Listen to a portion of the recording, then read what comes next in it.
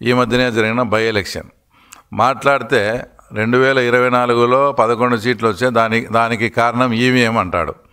నిన్న జరిగిన దాంట్లో డిపాజిట్ కూడా రాలే. పులివెందుల జెడ్పీటీసీ డిపాజిట్ రాకుంటే దాంట్లో రిగ్గింగ్ అని ఇదని ఏవేవో కుంటి సాగులు చెప్తా ఉన్నాడు.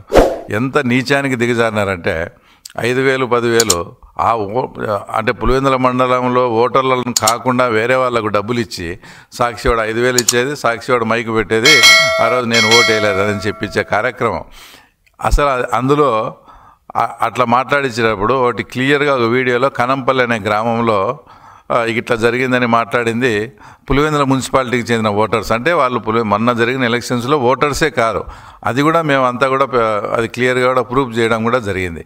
ఇట్లా ఇంత మాట్లాడేటప్పుడు ఆ రోజు పెద్దిరెడ్డి రామచంద్రారెడ్డి గారు కుప్పంలో జరిగిన తర్వాత ఆయన స్టేట్మెంట్ ఇచ్చి ఎన్నిక ఏదైనా కూడా గెలిపే అని ఆయన మాట్లాడినాడు మరి ఆ రోజు. అంటే ఇప్పుడుండే పరిస్థితికి ఆయన మాట్లాడిన దానికి మళ్ళీ మీరేం సమాధానం చెప్తారు? ఇప్పటికీ మీ చెంచాలతో ఏదైతే నువ్వు ఏం చెప్తే అది మాట్లాడమనే ఆ చెంచాలతో ఏం మాట్లాడిస్తావు? ఈసారి మీరు రాజీనామా చేయండి, తర్వాత కేంద్ర బలగాలతో తర్వాత మళ్ళీ ఎలక్షన్ పెట్టండి, అప్పుడు చూసుకుందామని తర్వాత నువ్వు మాట్లాడిస్తా ఉన్నావు. ఎస్, నేను ఇప్పుడు కూడా చెప్తున్నా, ఆ జెడ్పీటీసీ పదవి అనేది 9 నెలలే ఉంది. కానీ మేము ఎందుకు పోటీ చేయాల్సి వచ్చిందంటే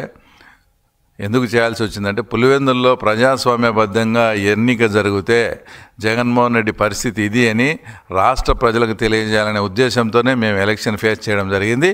మేము అనుకున్నట్లు అంటే ప్రజలు కూడా అదే అనుకున్నారు. మేము అనుకున్నట్టు ప్రజాస్వామ్యబద్ధంగా జరిగితే జగన్ పరిస్థితి తేట తెల్లమైంది. దానికోసమే మేము ఎలక్షన్ జరిపినాం. కానీ ఈ పదవి అనేది మాకంత ముఖ్యం కాదు. ఎస్, ఇప్పుడు మీరు చెప్పినట్లే మేము మా భార్యతో మేము రాజీనామా చేయిస్తాం.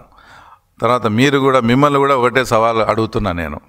ఏదైతే పులివెందుల ప్రజల్ని ఎమ్మెల్యేగా గెలిపిస్తే ఇంతవరకు అసెంబ్లీకి రాలే, పులివెందుల సమస్యలు ఏమీ పట్టించుకోలే. అట్టేటప్పుడు నీకు ఎమ్మెల్యే పదవి కూడా నువ్వు అనర్హత. ఆ ఎమ్మెల్యే పదవి కూడా నువ్వు అర్హుడు కాదు. నీకు నిజంగా నిన్న పులివెందుల జరిగిన ఎలక్షన్ ప్రజాస్వామ్యబద్ధంగా జరగలేదు అని నువ్వు నిజంగా ఫీల్ అయ్యి ఏదన్నా ఉంటే మీరు కూడా ఖచ్చితంగా రాజీనామా చేసి రండి. 2 ఎలక్షన్స్ తర్వాత కేంద్ర బలగాలతో జరిపిస్తాం. ఎలాంటి ప్రజాస్వామ్యబద్ధంగా సెంట్రల్ ఫోర్స్ పెట్టి మీరు అడిగిన విధంగా సెంట్రల్ ఫోర్స్ పెట్టి జరిగిద్దాం. అప్పుడు పులివెందుల ఎమ్మెల్యేకి బై ఎలక్షను, పులివెందుల మండల జెడ్పీటీసీకి కూడా బై ఎలక్షన్ వస్తుంది. అప్పుడు చేతన అయితే చూసుకుందాం.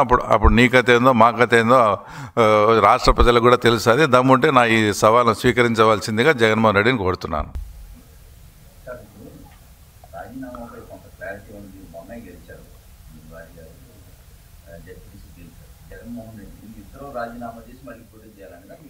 అంతే. అంటే వాళ్ళ చెంచా బ్యాచ్తో ఇది అట్లా జరగలేదు, ఇది ఇట్లా జరగలేదు అని ఏమేమో చెప్తున్నారు కదా.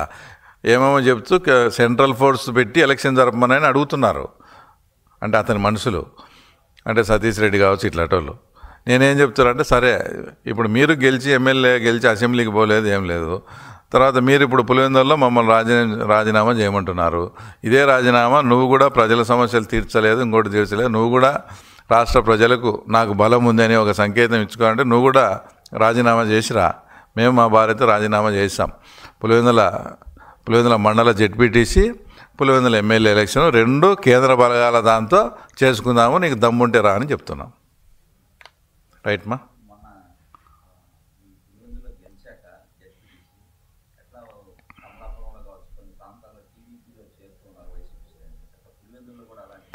పులివెందుల్లో కూడా ఒక స్ట్రాటజీగా పోతున్నాము. ఎందుకంటే నెక్స్ట్ టార్గెట్ వచ్చేసి మున్సిపాలిటీ ఎలక్షను. అందులో 33 వార్డులు ఉన్నాయి. వార్డుల పరంగా కూడా మేమంతా కొన్ని తీసుకొని తర్వాత కొన్ని ముఖ్యమంత్రితో మాట్లాడేవి కూడా ఉన్నాయి. అవన్నీ మాట్లాడేసి మేము కూడా చాలా స్ట్రాటజీగా మాకు లోకేష్ బాబు గారు కానీ చంద్రబాబు నాయుడు గారు కానీ మనము ఇట్లా స్ట్రాంగ్ కాన్స్టిట్యున్సీల్లో స్ట్రాటజిక్గా పోతే ఫలితాలు ఎలా ఉంటాయనే దాన్ని తీసుకుని దీని ఒక కేస్ స్టడీగా తీసుకొని మనం ముందుకు పోదామని చెప్పినారు. వాళ్ళ డైరెక్షన్లో 100%. ఎందుకంటే కొత్త వాళ్ళని తీసుకోవాలంటే కొంచెం పాత వాళ్ళకి సర్ది చెప్పేటి ఇవన్నీ ఉంటాయి. ఎక్కడ డిస్టర్బెన్స్ రాకుండా 100% చేరికలు ఉంటాయి. సరే, మీరు పులివెందులను ఇంకో లెవెల్లో చూస్తారు తప్పకుండా. రైట్ మా?